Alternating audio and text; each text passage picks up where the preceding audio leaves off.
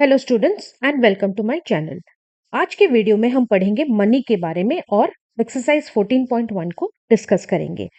तो unitary method, you have read unitary method in chapter 5 division. Unitary method, unitary में जो word है उसमें यूनिट शब्द आता है। यूनिट मतलब one. So let us learn more about this method in terms of money. Look at the following examples. दिए गए एग्जाम्पल्स को ध्यान से देखेंगे। If a dozen bananas cost rupees 60, then how much will you pay for 7 bananas? अब question को अच्छे से समझेंगे बच्चों। डजन बनानास का कॉस्ट जो है उसका प्राइस है ₹60, 60 रुपए। डजन में कितने होते हैं? 12। तो 12 बनानास का जो कॉस्ट है वो 60 रुपीज है। तो क्वेश्चन में पूछा गया कि हाउ मच विल यू पे फॉर 7 बनानास। अगर 12 बनानास का 60 रुपया हो रहा है तो 7 बनानास के लिए आप कितने पैसे दोगे? ठीक है, क्वेश्चन समझ में आया। अब इसका पहले हम आंसर देखेंगे, फिर बी वाले एग्जाम्पल करेंगे। अब ध्यान से देखिए, in the above examples cost of 12 bananas, ठीक है, cost of 12 bananas is equal to ₹60 दिया गया है। कितने बनानास का? 12 बनानास का। तो हमें पूछा गया हाउ मच विल यू पे फॉर 7 बनानास। अब 12 बनानास का इतना है, तो यूनिटरी मेथड मतलब 1 बनाना, पहले 1 बनाना का निकालेंगे। अब बच्चों थोड़ा सा दिमाग लगाएंगे। अगर 12 बनाना 60 रुपया हो रहा है तो एक बनाना कम होगा या ज्यादा होगा? कम होगा। ठीक है, कितना कम होगा? ₹60, जो कि 12 बनानास का कॉस्ट है, divided by 12 which is equal to ₹5। तो अब अगर एक बनाना का 5 रुपया हुआ तो 7 बनानास का ज्यादा होगा या कम होगा? 7 बनानास का ज्यादा होगा। ज्यादा मतलब हम मल्टीप्लाई करेंगे। मल्टीप्लाई करना मतलब इंक्रीज होना नंबर में। ठीक है, डिवाइड करना मतलब कम होना नंबर में। क्योंकि हमें एक बनाना का प्राइस पता है 5 रुपया, तो 7 बनाना का ज्यादा होगा, तो हम मल्टीप्लाई करेंगे। ₹5 which is the cost of 1 banana into the number of bananas which is 7 which is equal to ₹35। तो ऐसे आपका एग्जाम्पल ए आपको समझ में आ गया। नेक्स्ट बी एग्जाम्पल देखेंगे। शीना एक लड़की है। She read 750 pages of a book in 15 days. 15 दिन में उसने 750 पेजेस पढ़े। How many pages will she be able to read in 10 days?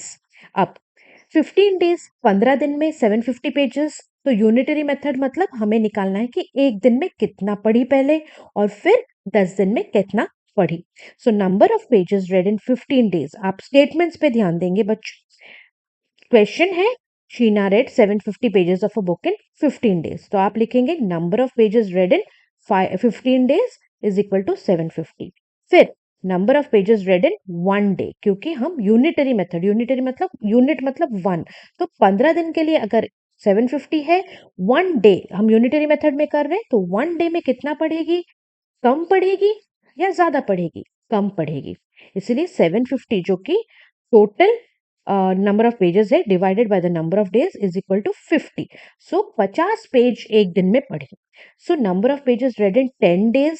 10, अगर एक दिन में 50 पेज पढ़ी तो 10 दिन में उससे ज्यादा पेज पढ़ेगी। तो हमें क्या करना है? मल्टीप्लाई करना है। किससे किसको मल्टीप्लाई करना है? जो नंबर ऑफ डेज दिए गए into the number of pages read in 1 day. एक दिन में कितना पेज पढ़ा गया है into the number of days which are given, जिसका हमें आंसर निकालना है। So 50 is the number of pages into 10 which is the number of days which is equal to 500 pages read in 10 days. ठीक है, the method in which the value of a unit quantity is first obtained and then the value of the required quantity.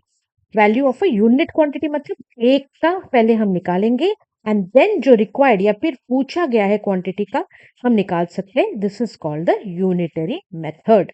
Unitary मतलब 1। ठीक है, अब example 1 देखेंगे। The cost of one book is ₹405। One book 405। Find the cost of 5 such book. अब एक book का price अगर ₹405 है, 5 ऐसे बुक्स का प्राइस कितना होगा?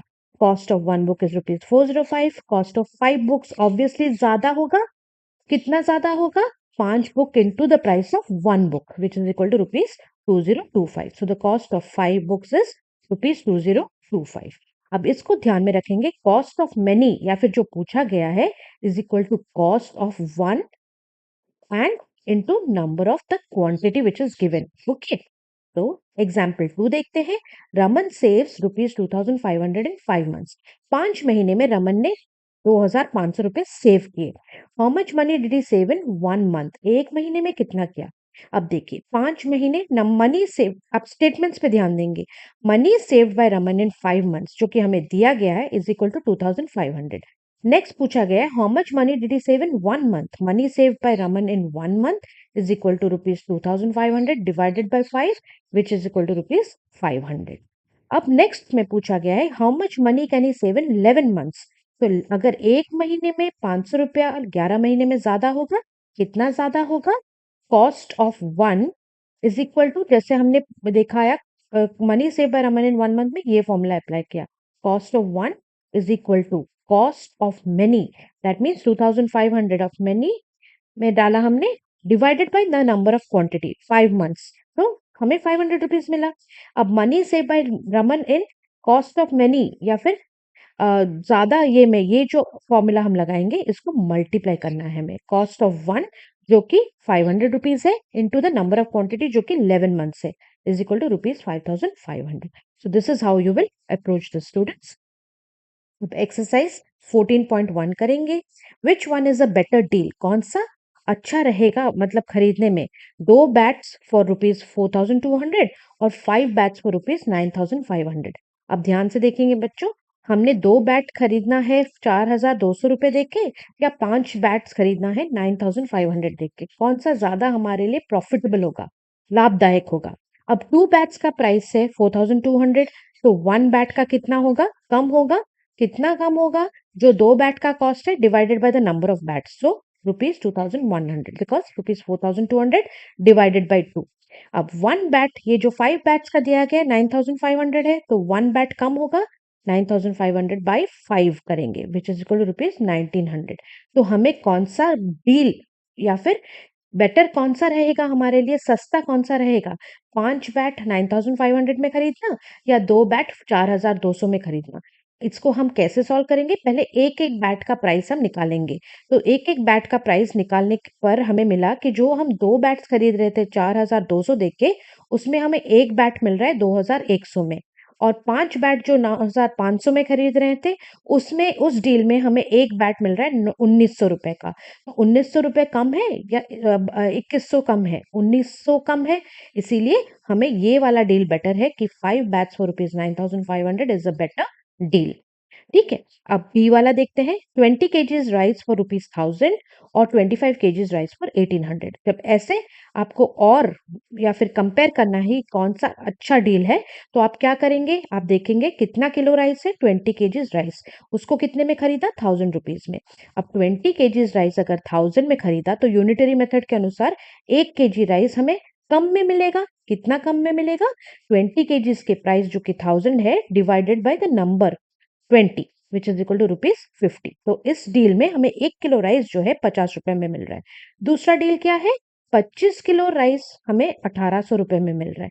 तो हमें अगर 25 किलो राइस 1800 रुपए में मिल रहा है, तो 1 किलो राइस कितने में मिल रहा है हमें ये जानना है। सो 1 किलो राइस हमें 1800 डिवाइडेड बाई 25 में करना है। ठीक है। तो इससे हमें मिल रहा है आंसर हमारा रुपीज 72। तो हमारा 50 रुपया का डील बेटर है या 72 रुपीज का डील बेटर है?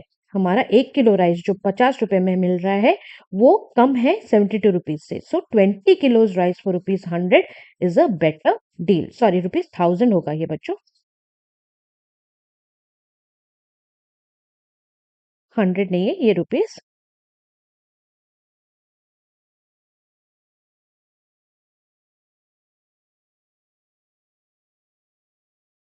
1000 is a better deal.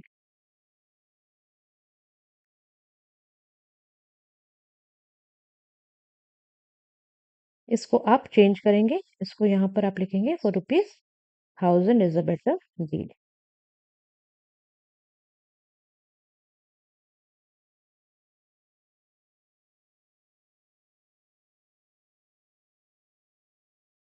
Okay. Next, solve the following word problems. आपको इसको सॉल्व करना है।